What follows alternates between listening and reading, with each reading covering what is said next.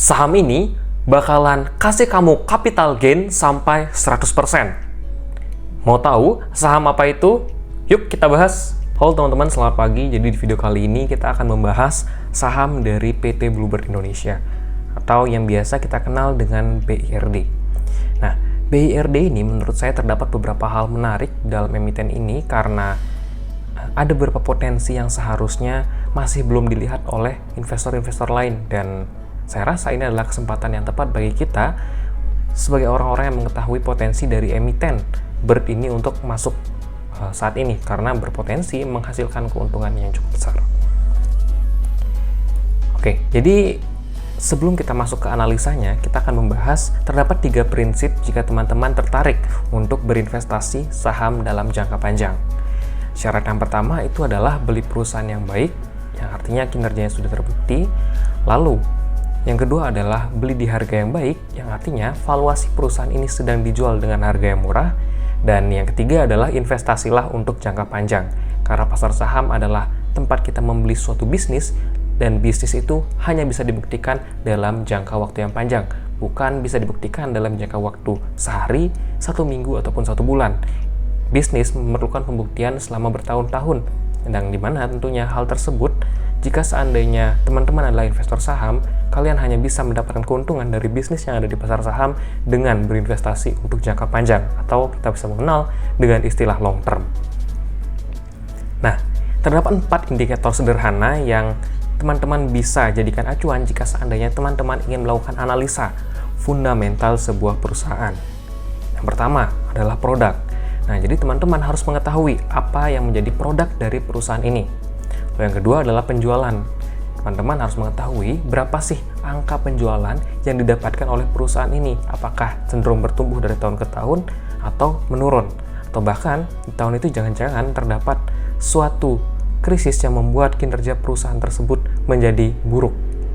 Dan kita bisa berpikir dari penjualan ini, jika seandainya hal tersebut terjadi, apakah ini hanya permasalahan sementara atau permasalahan jangka panjang. Nah, itu sangat penting untuk teman-teman ketahui. Lalu yang ketiga itu adalah laba kotor. Nah, laba kotor ini harus teman-teman ketahui juga apakah dia cenderung naik atau turun. Lalu yang terakhir adalah laba bersih. Nah, laba bersih ini adalah bottom line dari sebuah pendapatan ataupun penjualan.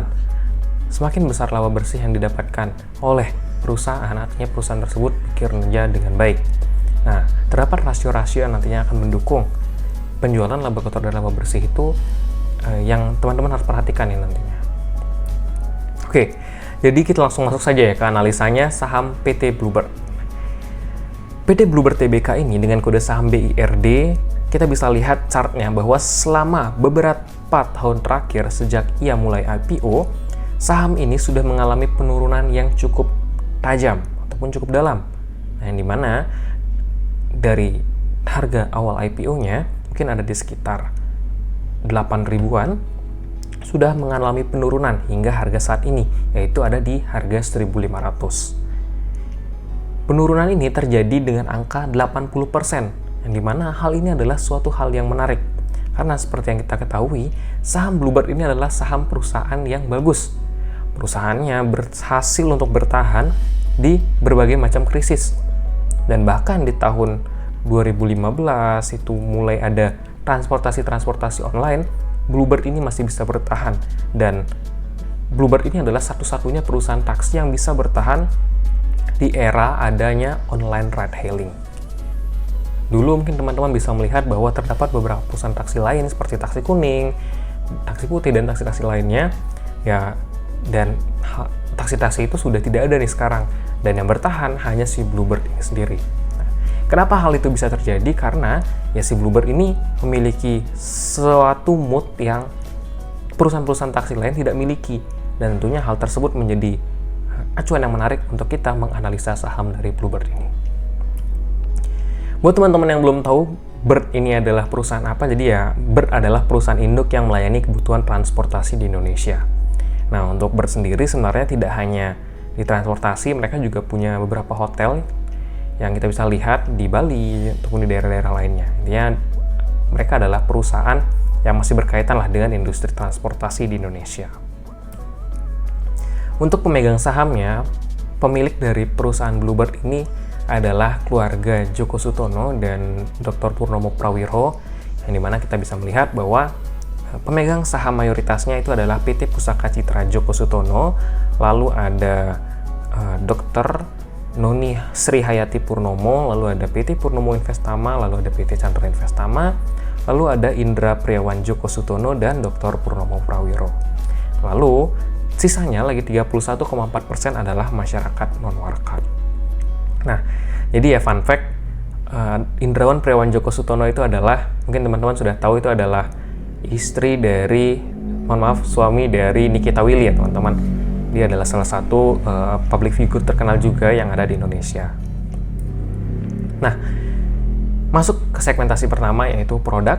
Nah, untuk kita mengetahui kegiatan usaha dari si PT Bluebird ini, kita dapat melihat bahwa terdapat beberapa kegiatan usaha yang dilakukan oleh PT Bluebird ini. Yang pertama, kita bisa melihat adanya taksi service, yang mana itu adalah salah satu segmentasi utama dari si PT Bluebird ini. Taksi service yang dimiliki oleh PT Bluebird terdapat beberapa nih teman-teman. Ada brand yang dimiliki oleh si Bird ini. Yang pertama itu adalah taksi biru yang teman-teman kenal adalah Bluebird, lalu ada juga Golden Bird, lalu ada juga Silver Bird. Nah, lalu juga ada car rental, lalu ada shuttle service di bawah brand City Trans, lalu ada charter bus itu di bawah brand Big Bird, lalu ada corporate solutions, car advertising. Nah, car advertising ini jika teman-teman melihat mobil-mobil Bluebird dan jika seandainya di kanan kirinya itu kosong, di areal kiri mobil dan kanan mobil itu kosong ataupun di areal belakangnya, nah itu bisa dijual ya teman-teman untuk sebagai advertising. Nah, biasanya yang membeli itu adalah perusahaan-perusahaan yang dekat dengan masyarakat. Mereka perusahaan-perusahaan yang produk-produknya perlu diketahui oleh masyarakat banyak, dan salah satu marketing efektif yang bisa dilakukan oleh perusahaan-perusahaan tersebut adalah dengan menyewa areal atau space yang dimiliki di mobil-mobil Bluebird itu sendiri. Dan ya itu tentunya bisa dimonetisasi oleh si pihak Bluebird ini sendiri. Lalu Bluebird kirim, lalu ada logistik, lalu ada industri, lalu ada hotel dan resort. Ya kalau tidak salah, hotel dan resort ini juga ada di beberapa daerah, ada di Bali dan daerah-daerah lainnya ya teman-teman. Itu ada di under dari brand Alana ya teman-teman. Oke, jadi kita melihat penjualan dari laporan keuangan tahun 2024. Dapat kita lihat bahwa data ini saya dapat dari laporan keuangan annual dari si Bluebird Tbk ini. Jadi ini mencatatkan pendapatan ataupun laporan keuangan selama tahun 2024 secara full year. Nah, di tahun 2024 ini pendapatan dari si Bluebird ini cenderung naik ya teman-teman. Yang dimana di tahun 2023 pendapatan dari Bluebird ini ada di angka 4,4 triliun dan di tahun 2024 ini sudah menembus angka 5 triliun. Oh ya, dan beban langsung yang dimiliki oleh si Bluebird ini di tahun 2023 itu ada 3 triliun, lalu di tahun 2024 juga cenderung menaik teman-teman, jadinya di angka 3,4 triliun. Sehingga laba kotor yang dihasilkan oleh si Bluebird ini, yang dulunya di tahun 2023 itu ada di angka 1,4 triliun, di tahun 2024 ini cenderung naik juga sebanyak 200 miliar, jadi laba brutonya itu ada di angka 1,6 triliun. Nah, dari sini kita bisa melihat bahwa mungkin modal yang dibutuhkan oleh si PT Bluebird ini untuk melakukan seluruh aktivitas bisnisnya itu ada di angka 3,4 triliun. Nah, angka 3,4 triliun ini digunakan untuk bisa menghasilkan pendapatan sebesar 5 triliun di tahun 2024. Nah, dapat kita lihat juga ya teman-teman bahwa dari tahun 2019 sampai tahun 2024 Bluebird ini mengalami penurunan laba di tahun 2019 ke tahun 2020 dikarenakan adanya momentum bersejarah kita, yaitu adalah COVID-19. Yang mana ya tentunya saat COVID itu terjadi, banyak sekali kebijakan-kebijakan yang menurunkan mobilisasi masyarakat yang tentunya nantinya akan berpengaruh secara langsung terhadap PT Bluebird ini. Karena ya kerjanya Bluebird, ya mereka ya jemput-jemput orang. Jika seandainya orangnya tidak ada yang dijemput, karena tidak boleh keluar rumah, karena adanya virus yang kita sebut COVID-19, ya tentunya Bluebird tidak bisa nih untuk menghasilkan pendapatan dari aktivitas operasionalnya. Di tahun 2020, Bluebird ini mengalami penurunan laba yang pendapatannya cukup signifikan, itu ada sekitar 50%, dan Tetapi uniknya, dari tahun 2020 sampai tahun 2024, perusahaan sudah bisa recover kembali dan bahkan mencatatkan growth yang saya bilang ini ada di angka 2 digit ya teman-teman.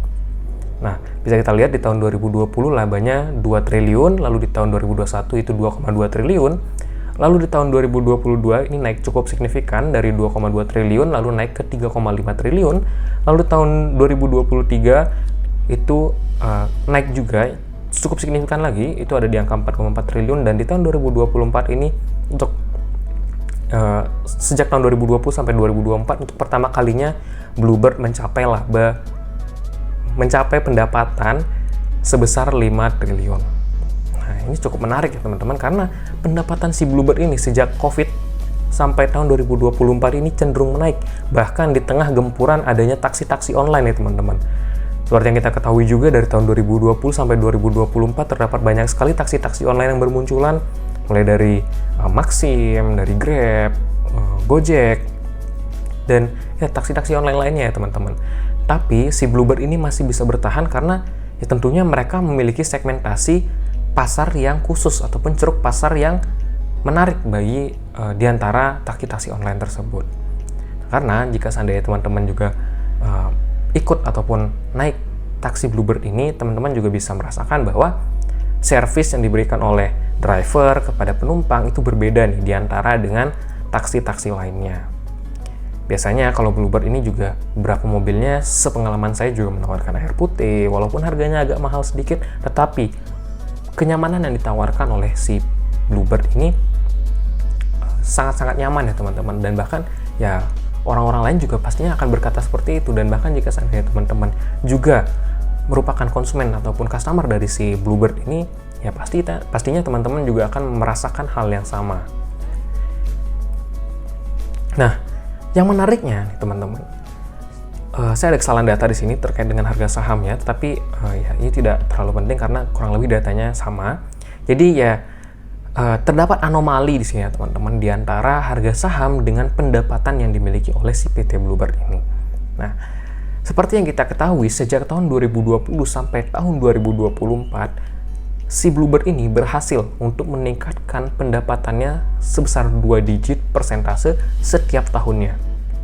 Tetapi hal tersebut berbanding terbalik dengan harga sahamnya, yang dimana dalam beberapa tahun terakhir mengalami penurunan. Nah, hal ini tentunya menjadi suatu ketertarikan bagi saya dikarenakan ya prinsip investasi tadi. Nah, prinsip investasi yang tadi kita sebutkan di awal, saya nyatakan bahwa terdapat 3 prinsip investasi. Yang pertama yaitu adalah beli perusahaan yang bagus. Nah, Bluebird itu seperti yang kita ketahui adalah perusahaan yang bagus, memiliki mood yang bagus, bahkan kinerjanya juga kita lihat cenderung bertumbuh. Tetapi nih teman-teman, harga sahamnya malah mengalami penurunan. Yang artinya itu masuk kepada prinsip yang kedua, beli di harga yang murah. Saat ini saham Bluebird ditawarkan di harga 1.585, yang artinya saat ini perusahaan Bluebird dijual di valuasi yang cukup murah juga. Ya, nanti untuk valuasi kita akan bahas di akhir, tapi ya itulah intinya yang menjadi ketertarikan saya di saham Bluebird ini hingga akhirnya saya memutuskan untuk menganalisa saham Bluebird ini. Nah, ya teman-teman bisa lihatlah dari chart yang saya berikan di depan antara Bluebird revenue dan stock price comparison-nya, kita bisa melihat intinya di sini terdapat anomali nih antara pendapatan dan harga saham dari PT Bluebird ini. Nah, lalu kita bisa melihat bahwa di segmen operasi dari si Bluebird ini terdapat 2 segmen operasi ya teman-teman. Nah, segmen operasi yang dimiliki Bluebird ini ada 2. Yang pertama itu adalah taksi, yang produknya seperti saya sebutkan tadi itu ada Bluebird, ada Goldenbird, ada Silverbird. Lalu di non-taksi itu adalah segmen-segmentasi usaha yang di luar taksi tadi, seperti jasa kurir, lalu advertising, lalu ada City Trans, lalu ada Big Bus, ada Big Bird, dan berbagai macam segmen operasi lainnya. Dan dapat kita lihat jika seandainya kita membandingkan laporan keuangan di tahun 2023 dengan laporan keuangan di tahun 2024, pendapatan yang dimiliki oleh segmentasi ataupun segmen operasi yang dimiliki oleh si Bluebird ini cenderung mengalami kenaikan. Yang dimana dimana segmentasi di tahun 2023 itu menghasilkan laba sebesar 3,1 triliun, Tapi di tahun 2024 ini, si Bluebird bisa menghasilkan laba 3,5 triliun dari segmentasinya saja. Lalu, di tahun 2023, segmen non-taksi menghasilkan pendapatan sebesar 1,2 triliun. Dan di tahun 2024, segmen non-taksi yang dimiliki oleh si PT Bluebird ini berhasil mencatatkan pendapatan sebesar 1,5 triliun. Yang dimana artinya, pendapatan dari si Bluebird ini cenderung meningkat dari kedua segmen operasi. Tentunya hal ini adalah hal yang menarik nih bagi investor-investor saham yang melihat laporan keuangan dari si PT Bluebird ini sendiri. Dan kita bisa lihat juga di laba usahanya juga di bottom line-nya, ya si Bluebird ini juga mengalami kenaikan. Tapi di sini mungkin yang 2023 nggak kelihatan, jadi kita mungkin bisa gunakan laba brutonya. Ya, laba bruto dari si Bluebird ini juga mengalami penaikan ya teman-teman. Nah, di tahun 2023, segmen taksinya menghasilkan laba bruto sebesar 800 miliar, lalu di tahun 2024 laba brutonya yang dihasilkan adalah sebesar 1 triliun. Dan di tahun 2023 untuk segmentasi non-taksinya, laba brutonya ada di 500 miliar dan 528 miliar, dan tahun 2024 laba brutonya naik ke 570 miliar ya teman-teman. Nah, lalu jika seandainya kita melihat pendapatan segmen taksi dan non-taksi di tahun 2023, bisa kita lihat datanya di depan bahwa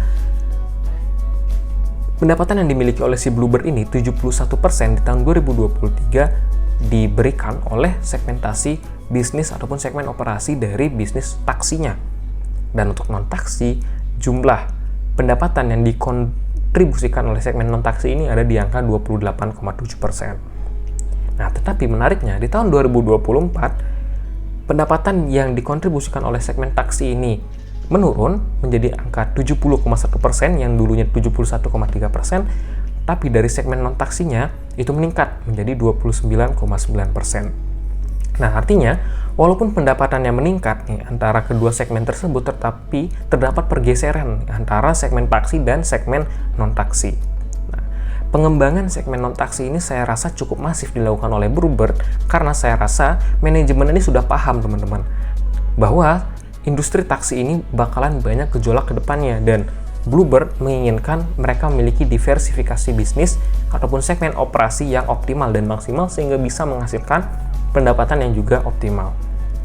Nah, artinya selama ini pendapatan dari segmen non-taksi ini cenderung meningkat nih teman-teman. Jika seandainya pendapatan dari non-taksi ini cenderung meningkat, ya artinya manajemen sudah paham dengan persaingan industri yang terjadi seperti saat ini, ya Bluebird harus bermain di ceruk pasar yang lain juga. Dan ya manajemen mengambil langkah bahwa mereka harus mengembangkan beberapa segmentasi operasi yang baru. Seperti hotel, tadi saya sebutkan, City Trans, lalu ada Big Bird juga. Nah ini kita bisa lihat datanya ya. Di total pendapatan di tahun 2015 dan di tahun 2015 ya segmentasi taksi dan non-taksinya itu, taksi di tahun 2015 menyumbangkan 4,7 triliun untuk pendapatannya, lalu untuk non-taksi menyumbang sebesar 700 miliar. Nah, tetapi berbeda di tahun 2024, segmen taksinya menyumbang 3,5 triliun dan non-taksinya 1,5 triliun. Di mana artinya segmentasi non-taksi ini terus bertumbuh dari tahun ke tahun ya teman-teman. Dan segmentasinya mengalami fluktuasi pendapatan yang cukup tinggi apalagi di tahun 2020 tadi. Tapi dari tahun 2020 sampai 2024 mereka tetap cenderung meningkat, dan itu juga diiringi dengan peningkatan dari segmen non-taksinya. Nah, ini juga kita bisa melihat bahwa di rekap kinerja keuangan Bluebird dari tahun 2015 sampai 2024, kita bisa melihat bahwa dari laba-laba dan laba bersih, laba kotor yang dimiliki oleh si Bluebird ya cenderung meningkat ya dari tahun ke tahun ya teman-teman. Dan kita bisa melihat ini adalah gross margin dari segmentasi taksinya itu ada sebesar di angka 30% di tahun 2024, dan untuk gross margin di segmentasi non-taksinya itu ada di angka 37%. Yang dimana artinya lebih profit segmen non-taksi untuk PT Bluebird ini sendiri. Nah, kita harus melihat juga data dari net marginnya, bahwa dari net margin antara kedua segmentasi tersebut, dari net margin dari segmen taksinya, kita bisa melihat bahwa itu ada di sekitar 14%, dan di non-taksinya itu ada di sekitar 14,7%. Ya, jadi kita bisa melihat bahwa manajemen ini mengambil keputusan yang cukup tepat ya teman-teman. Mereka melakukan ekspansi, mereka mengakuisisi perusahaan-perusahaan lain yang ada di industri yang sejenis tapi dengan market yang berbeda, dan mereka mengakuisisi dan mereka berhasil juga nih untuk mendapatkan keuntungan dari perusahaan-perusahaan yang mereka akuisisi. Nah, hal tersebut tentunya menarik nih bagi prospek kinerja bisnis Bluebird di masa depan. Nah, diharapkan dengan mereka melakukan akuisisi-akuisisi terhadap perusahaan-perusahaan lain, lalu juga mengembangkan segmentasi-segmentasi baru dari unit bisnis taksinya, ya diharapkan di masa depan ya Bluebird ini bisa bertumbuh dengan baik, teman-teman.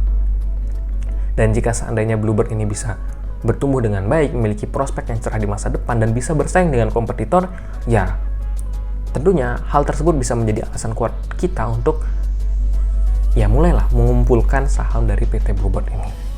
Ya sebelum itu ya saya ucapkan disclaimer on ya, ini berdasarkan asumsi dan analisa saya pribadi.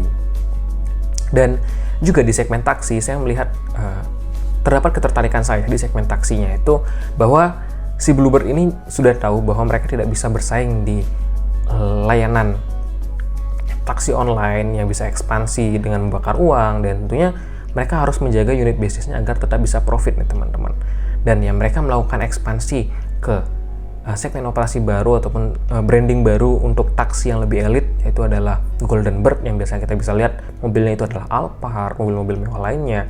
Dan tentunya hal tersebut adalah sesuatu yang menarik nih teman-teman, karena siapa sih di Indonesia yang bisa bermain di pasar tersebut nih untuk bisa mengoperasikan mobil-mobil elit sebagai taksi teman-teman. Dan ya sewa dari dari Golden Bird itu juga cukup mahal ya teman-teman jika seandainya teman-teman melakukan order terhadap si Golden Bird ini. Dan sepengalaman saya, dan saya bertanya juga ke beberapa orang, bagi mereka yang menaiki Golden Bird, tentunya servis yang diberikan oleh si Bluebird ini cukup nyaman nih teman-teman. Dan ya hal tersebut juga memberikan mereka efisiensi waktu. Mereka si orang-orang kaya ini yang biasanya naik Alphard ke kantor, ke bisnisnya ataupun ngecek operasional di lapangan, mereka bisa nih untuk menggunakan si Golden Bird ini. Nah, sehingga ya hal tersebut menarik lah bagi si unit usaha yang dimiliki oleh si Bluebird ini. Nah, kita bisa melihat bahwa secara valuasi ya PE wajar dari si Bluebird ini ada di angka 14 kali, dan sekarang PE dari emiten Bluebird ini ada di angka 6,7 kali. Di mana ada kemungkinan untuk kenaikan 1 kali lipat untuk mencapai harga wajar dari PE si Bluebird ini. Dan lalu secara PBV kita bisa melihat bahwa saat ini PBV Bluebird ada di angka 0,67 dan PBV wajar si Bluebird itu ada di angka 0,8. Masih ada kenaikan-kenaikan yang harusnya terjadi jika seandainya market sadar, market mengerti, investor-investor lain mengerti bahwa ya harga wajar Bluebird ini ada di angka 0,8 kali untuk PBV-nya. Ya, maka hal tersebutlah saya katakan bahwa si Bluebird ini ada kemungkinan ataupun berpotensi untuk memberikan capital gain sebesar 100% jika seandainya Bluebird berhasil untuk kembali ke harga wajarnya, yaitu di angka untuk PE 14,7 kali dan untuk PBV itu ada di angka 0,8 kali. Apakah itu berpotensi untuk kembali ke harga wajarnya atau tidak? Nah, itu yang harus kita pantau nih dari setiap kuartal. Jika seandainya kita melihat bisnis dari si Bluebird ini terus nih untuk bisa berkinerja baik, labanya growth terus, pendapatannya growth terus, ya tentunya suatu saat nanti orang-orang akan tertarik nih dengan sadar bahwa melihat nih bahwa si Bluebird ini dijual dengan valuasi yang murah. Dan jika seandainya orang-orang sudah mulai sadar, ya Bluebird tidak mungkin nih diperdagangkan lagi di harga ataupun di valuasi seperti saat ini.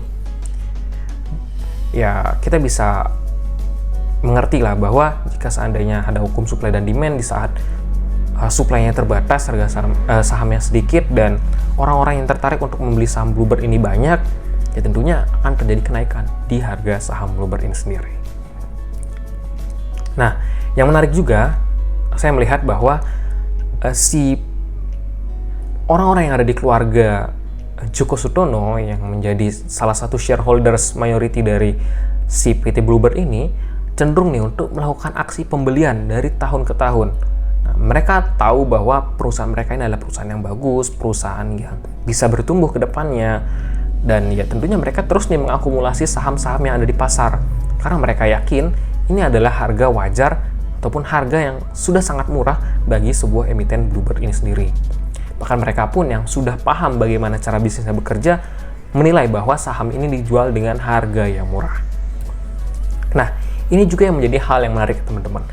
Di suatu waktu lalu, kalau tidak salah ini ada di tahun berapa ya, saya agak lupa juga tahunnya tahun berapa, tapi si Gojek, aplikasi karya anak bangsa, membeli saham dari PT Bluebird. Nah, mereka membeli saham sebesar 4,33%, tidak dari pasar, tetapi mereka membeli perusahaan ataupun membeli saham dari majority shareholders ataupun kayaknya dari keluarga Joko Sutono tadi ya teman-teman. Ya.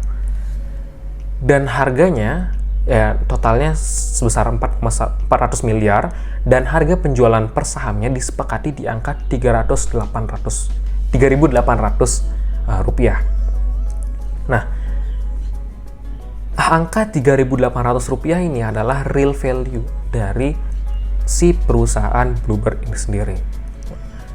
Kenapa saya bilang real value ini? Karena jika seandainya teman-teman berpikir bahwa tentunya ya sebelum si Gojek ini mengakuisisi Bluebird, tentunya banyak sekali analis yang berkumpul di suatu ruangan yang menyepakati bahwa harga wajar si Bluebird ini ada di angka 3.800. Dan tentunya si majority shareholder-nya juga bakalan bilang, jika seandainya kamu mau beli sahamnya dari saya seharga segini ya silakan, ya jika tidak mau ya tentunya nggak usah gitu. Mungkin seperti itu kesepakatannya teman-teman. Dan disepakatinya itu di angka 3.800. Nah, jika kita melihat harga Bluebird di angka 1.500, itu masih ada kenaikan sekitar 150% ataupun 1 kali lipat, terus 1,5 kali lipat untuk mencapai real value dari harga akuisisi Gojek di perusahaan PT Bluebird ini. Tentunya hal itu sangat menarik sekali bagi seorang investor. Ya kapan lagi kita diberikan kesempatan untuk membeli perusahaan bagus di harga yang murah.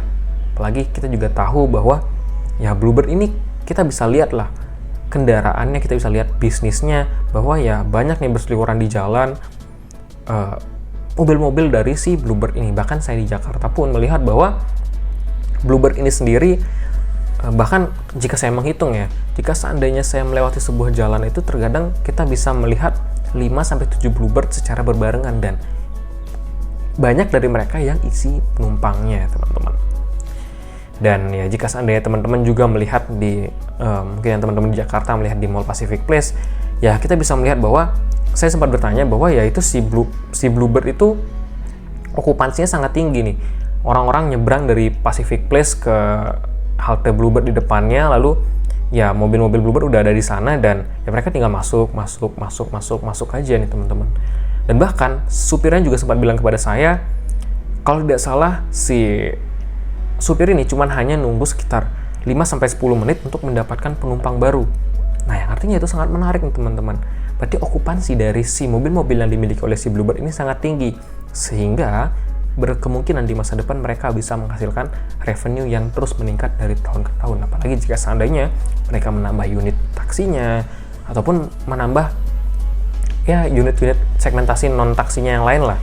Karena saya yakin dengan kompetensi manajemen yang sudah kuat bertahan dari berbagai macam krisis ataupun berbagai macam persaingan bisnis yang terjadi di industri transportasi ini, dan mereka masih bisa bertahan dan menghasilkan keuntungan dari persaingan yang sangat ketat ini, ya tentunya manajemen saya bisa katakan sangat kompeten di industri ini, dan kita bisa berharap di kedepannya Bluebird juga bisa bertumbuh seiring dengan pertumbuhan industri transportasi yang ada di Indonesia.